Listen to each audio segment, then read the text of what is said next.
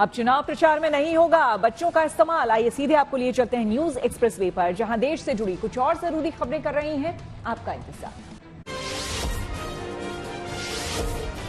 अब चुनाव प्रचार में बच्चों का इस्तेमाल नहीं होगा, मतलब अब चुनाव के दौरान बच्चे पोस्टर चिपकाते, पैम्फलेट बांटते या फिर रैलियों में नारे लगाते नहीं दिखेंगे।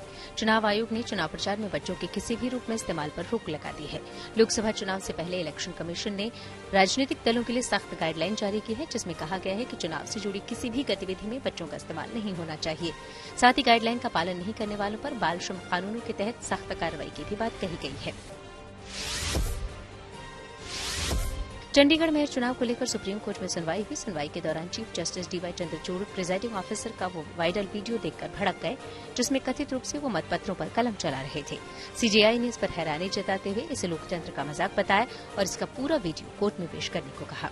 साथ ही मेयर चुनाव के रिटर्निंग ऑफिसर को भी 19 फरवरी को कोर्ट में मौजूद रहने का निर्देश दिया है। मामले की अगली सुनवाई 19 फरवरी को होगी। तब तक नए मेयर के कामकाज पर रोक लगा दी गई है।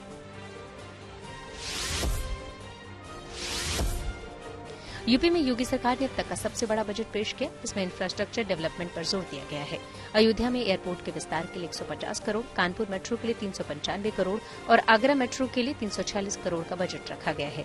प्रयागराज में अगले साल महाकुंभ के आयोजन के लिए 2500 करोड़, वहीं धार्मिक मार्गों के विकास के लिए 1750 करोड़ रुपए सरकार खर्च करेगी। अयोध्या के संपूर्ण विकास के लिए 100 करोड़ रुपए का बजट रखा गया है। इसके अलावा बजट में मुख्यमंत्री खेत सुरक्षा योजना के लिए 50 करोड़ और अल्पसंख्यक समुदाय के छात्र छात्राओं को छात्रवृत्ति के लिए 220 करोड़ रुपए का बजट रखा गया है।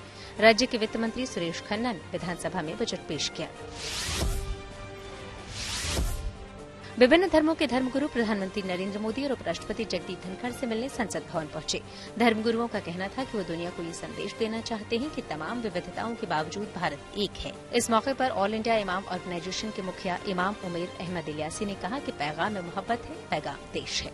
जिस तरह से देश विश्व गुरु बनने की अग्रसर है, तो आज हम सब ने, सारे धर्म गुरुओं ने मिलकर यहाँ एक संदेश दिया है कि हम सब एक हैं।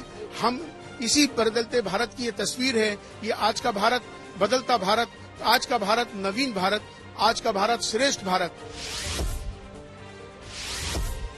पंजाब में 30 साल पहले आतंकवाद के खात्मे के लिए इस्तेमाल होने वाले बुलेट प्रूफ ट्रैक्टर्स को एक बार फिर पंजाब पुलिस के बेड़े में शामिल कर लिया गया है।